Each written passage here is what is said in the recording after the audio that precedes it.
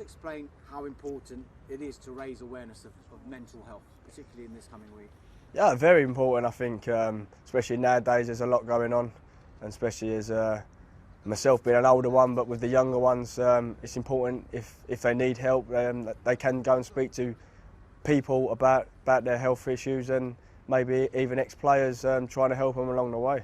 Because you've been in that, I'm sure, in that world where it was, for want of a better word, quite macho, man up, you've got no problems. But now you've probably seen the other side of it. You're looking after some of the younger loan players at West Ham United. Are you starting to see that you need to understand that other side of the game as well? Yeah, definitely. A bit like you say there, because I've grew up in that obviously era. We always got told just get on with it. Everything was fine. So you believe that as a player, but obviously now a lot of the younger boys, there's so much pressure on all of them. They might not be at the top, but there's so much pressure of someone trying to be a footballer, and if they are a professional footballer, there's so much money to be made. So there's pressures all over the place for these young boys now, and if people can help them in any other way, then they need that help. It's Mental Health Awareness Week next week.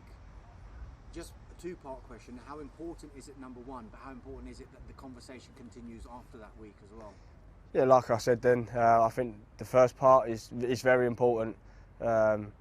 We as footballers or ex-footballers can try and help the younger ones of this generation now, and obviously the clubs nowadays do a lot of stuff for these young boys. So I think it's very important, especially the week leading up to this, and for many years to come. We can't forget that everyone needs help, and if they need to speak to people, then there's got to be people we can speak to. Certainly in the past there's been a stigma attached to mental health issues. Has that improved in recent years? And how much work do you think there still needs to be done on it?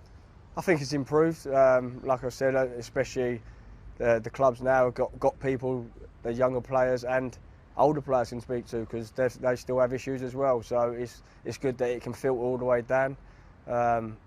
And I just think we as people, this generation, everybody involved can do as much as they can to help this awareness. Just on yourself, Paul, did you have issues when you look back on your career? Did you think I had a few mental health issues and I probably didn't address them? And if so, what were they and how did you cope? That's probably an hard question, because as a kid, even kids now, you love playing football, and that's all I wanted to do, and that's all I know. But maybe if I look back and coming out of school and earning some good money, the issues are there. But like you said, I think my era was a bit, you get on with it, and I'm not sure if there was people really to talk to back then, other than your parents, and they'd probably be similar. Like this is what life is about now. So you probably dealt with it in a different way, where nowadays you have proper advice and you would talk to people when and if you can. One particular move, I'm guessing you went to a massive club in Liverpool. Were there mental health issues or any issues that you had within yourself when you made that kind of move? I wouldn't say issues, but obviously going to a big football club, and it was a big football club, and in a small place really. There's only 2 football clubs there, so there was issues as everyone loves football, either a red or a blue, and it was hard to go out with your family because everyone just wanted to be involved in football. So then that side of the game was completely different, and